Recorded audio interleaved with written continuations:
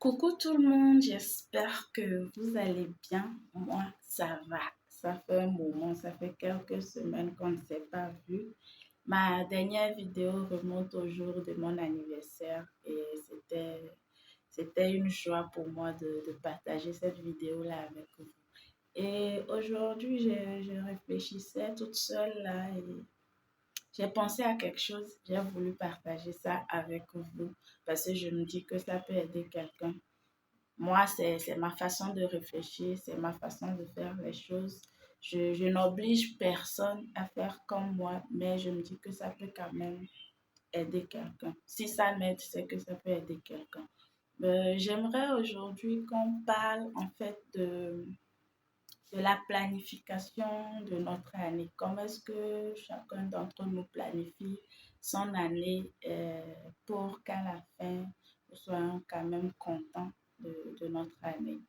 Nous savons tous, hein, nous savons tous que l'année fait 12 mois, pardon. L'année, c'est 12 mois. Et pendant ces 12 mois, comment est-ce qu'on fait? Est-ce que on se dit, bon, aujourd'hui, je me lève, je suis de bonne humeur. Bon, et si je faisais ça? Bon, et si je faisais... Non, bon, je laisse ça. Je fais plutôt ceci. Est-ce que c'est comme ça que ça devrait se passer? Moi, je pense que non. Moi, je pense qu'il faut toujours programmer chaque chose que nous faisons. Et moi, j'encourage toujours les gens à noter, à prendre note de tout ce qui nous passe par la tête, tout ce qu'on veut, tous nos projets, tous nos objectifs. Il ne faut pas seulement les penser, il ne faut pas seulement se le dire dans la tête, mais il faut quand même trouver un bloc-notes là quelque part et noter ça. C'est toujours bien parce que à la fin, ça fait du bien et ça fait plaisir aussi de revoir les notes d'il y a 2 ans, 3 ans, 5 ans. Moi, en tout cas, ça m'amuse souvent de revoir mes blocs-notes quand je fais du rangement ou tout et que je vois que j'avais écrit ceci il y a 4 ans, il y a 5 ans, il y a 3 ans. Ça m'amuse parce que je réfléchis et puis je dis, ah, c'est moi qui ai écrit ça? Vous êtes sûr que c'est moi qui ai écrit ça? Ah bon?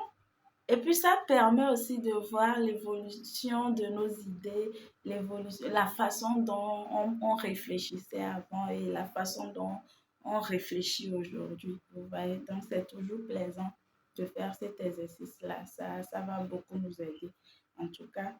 Et quand vous faites ça, je sais que la plupart d'entre nous, nous attendons décembre pour faire d'abord le bilan de l'année et ensuite prendre les nouvelles résolutions.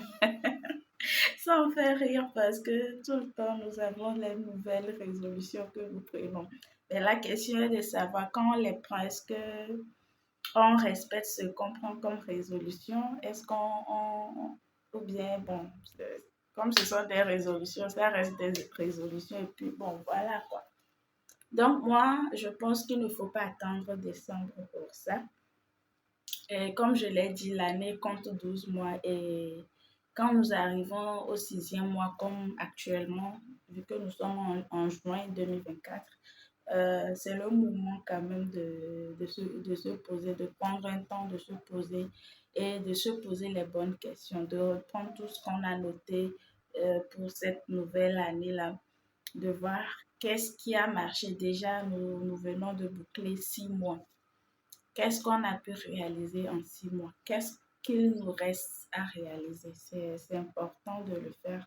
Et ça va aussi nous permettre de savoir, vu qu'on a déjà fait ceci, cela, vu qu'on n'a pas encore pu faire ce point ou cet autre point, est-ce que les 6 prochains mois qui arrivent, on pourra le faire?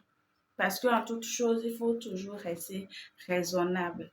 Il faut toujours rester raisonnable dans ce que nous souhaitons faire. Donc, est-ce que les 6 prochains mois, je pourrais faire ce qui me reste à faire? Si oui, je note ce qui me reste à faire en 6 mois. Et je commence par savoir, bon, le mois prochain, je fais quoi? Le mois prochain, je fais quoi? Etc., etc. Mais quand vous revoyez vos points, vos objectifs, vos projets, tout, et que vous voyez que non, en 6 mois, je ne pourrai pas. Vaut mieux dès lors commencer par remettre cet objectif-là à l'année prochaine. Et cela suppose quoi? Cela suppose que dès juin 2024, vous commencez par programmer votre année 2025, en fait. Vous commencez par programmer votre année 2025. C'est comme ça que, en tout cas, moi, je fonctionne et je pense que ça peut vous aider aussi. Donc, il ne faut plus attendre décembre pour réfléchir à, bon, je n'ai pas pu faire ceci. Bon, 2025, je décide de faire, non. Déjà, en juin, vous savez quelques points que vous aurez à toucher en 2025. Je ne sais pas si on se comprend. En juin, je fais le bilan à mi-parcours de mon année. En juin 2024, je fais le bilan à mi-parcours de mon année 2024. Et les 6 prochains mois, je regarde tout ce que j'ai noté comme objectif pour l'année 2024. Est-ce que je peux les réaliser? Est-ce que ça peut se faire?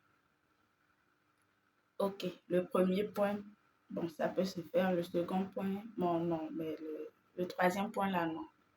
Là, je ramène ça en même temps, sans détour, je ramène ça pour l'année 2025. Je sais qu'en 2025, j'aurai ceci à faire, j'aurai cela à faire. On se comprend. Jusque-là, c'est bon. Pourquoi est-ce que c'est toujours bien de réagir comme ça, de réfléchir comme ça? Ça nous permet de nous éviter quand même certaines frustrations à la fin de l'année. Parce que les gens pensent qu'on a le temps, on se dit, bon, j'ai le temps, je peux le faire, bon, il reste encore 6 mois, j'ai le temps. Et bizarrement, c'est comme si on dormait, qu'on se réveille et on nous dit, on est en décembre, aujourd'hui c'est le 31 décembre. Bon, qu'est-ce que j'ai fait? Qu'est-ce que j'ai pu réaliser? Et c'est là qu'on commence je sais pas, on commence par avoir mal, on commence par se sentir frustré, on commence par regretter.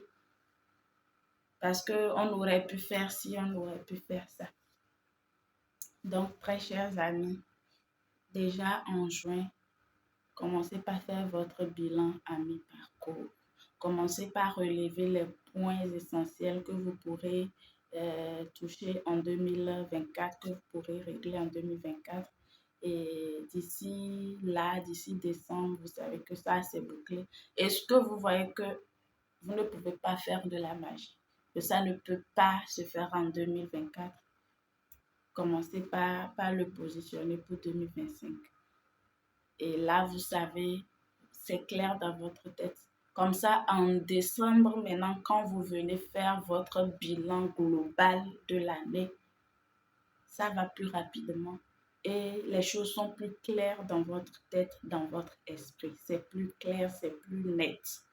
Donc, en décembre, vous savez déjà ce que vous avez pu réaliser. Et ça vous permet aussi d'être quand même assez fier en décembre de se dire, j'ai été réaliste, et j'ai vu quand même, j'ai pu faire ci, j'ai pu faire ça. Et parfois même, tellement on va à petits pas, on se dit, bon, je fais ça le mois prochain, je fais dans tel jour, tel jour. Et à la fin, en fait, on voit que quand même, on a fait beaucoup. Et pour faire beaucoup, comme je l'ai dit, il faut toujours aller pas à pas. À chaque jour suffit sa peine, comme on le dit souvent. Et pour réussir à faire le pas à pas là aussi, il faut bannir de ses habitudes de son quotidien la procrastination. C'est quoi la procrastination? C'est cette manie-là qu'on a toujours de remettre les choses au lendemain. Non, aujourd'hui, je me sens pas trop bien là. Non, je me suis pas bien réveillée là. Bon, je vais remettre ça demain. Demain, je vais le faire. C'est ça la procrastination. Donc, évitons de faire ça, évitons de remettre toujours les choses à demain. Et je me rappelle même quand on était au groupe primaire, on disait souvent, les maîtres, les enseignants nous disaient, qui remet à demain trouvera malheur en chemin. Donc, c'était déjà vous voyez, dès le primaire, on nous disait que c'est pas bien de procrastiner. Donc, évitons de faire ça. Et quand tu ne fais pas ça, quand tu essaies chaque jour de faire des choses petit à petit, à la fin, même en une semaine, quand tu fais ton bilan de la semaine, tu vois que quand même, tu as fait un grand pas. Donc, c'est toujours bien de respecter ça. C'est pas évident, c'est pas facile. Parce que la procrastination, c'est un peu comme si c'était en nous. Donc, c'est à nous de lutter contre ça. Et en, en voulant lutter contre ça, moi, ma façon de faire, c'est de noter dans la semaine ce que j'ai à faire. Et quand je sais l'objectif de ma semaine, j'essaie de subdiviser ça chaque jour et de voir au moins aujourd'hui si j'arrive à... Par exemple, je prends juste un exemple simple. Si je me dis, j'ai un livre que je veux lire et je me donne l'objectif de faire peut-être le livre, je veux le finir en 2 semaines. Si le livre est de 100 pages, c'est un exemple, et que je veux le finir je divise ça en deux. Donc cette semaine, j'ai 100 pages à lire. Et la semaine prochaine, j'ai 100 pages. Mais c'est qu'en une journée, je ne peux pas lire les 100 pages. Donc, j'essaie de voir, est-ce qu'au moins je peux lire 5 pages chaque jour, 5 pages, chaque jour, 5 pages ou 7 pages, je ne sais pas. Quand on arrive à faire ça, on arrive à, vous voyez, de 200 d'abord, je suis passée à 100, de 100, je suis passée peut-être à 10 ou à 7 ou même à 5, vous voyez. Et quand vous voyez, quand ça devient petit, petit, c'est plus simple à réaliser, c'est plus facile à réaliser. Donc, je me dis, ok, 5 pages, je peux le faire. Et chaque jour, on se tient à faire les 5 pages. Mais tellement que c'est petit, on se dit, on peut le faire. Et avec un peu de courage, on y arrive. Mais l'erreur que certaines personnes commettent, c'est de se dire, ah, 5 pages, c'est rien, je peux le faire. Et bon, si je ne fais pas aujourd'hui, demain, je vais le faire. Demain, ça me fera 10 pages. 10 pages, ça peut passer. Je vais le faire. Et ils cumulent ça. Aujourd'hui, ils n'ont pas lu les 5 pages. Demain, ils ne liront pas les autres 5 pages. C'est-à-dire, ça va faire 10 pages, ils n'auront pas lu. Le surlendemain, ça fera 15 pages.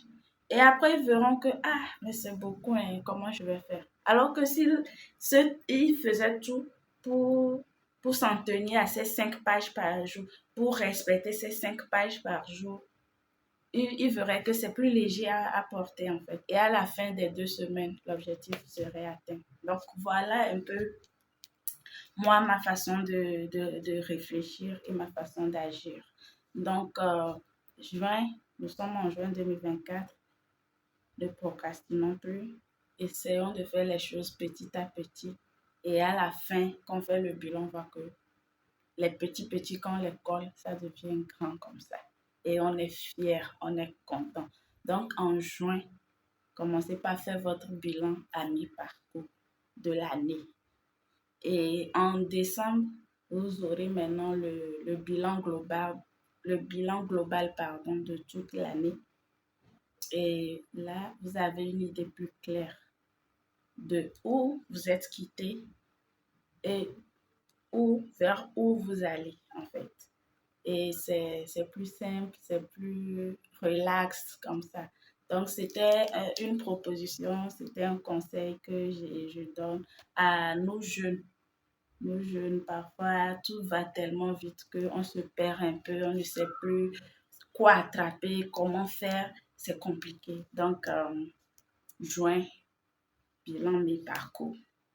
Et on commence dès juin, on commence par planifier la nouvelle année qui va arriver. Nous sommes en juin 2024. En juin, quand je finis mon bilan à mi-parcours, j'ai une idée de ce qui m'attend en 2025. Parce qu'il y a certains points que j'aurai forcément à faire en 2025 que j'avais noté pour 2024. Donc, ces points-là, c'est déjà là. Et peut-être même en y réfléchissant comme ça, d'autres idées vous viennent en tête.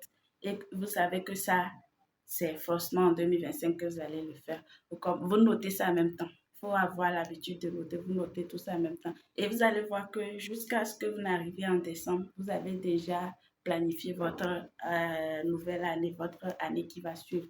Et vous êtes plus relax, vous êtes plus tranquille et c'est plus intéressant comme ça.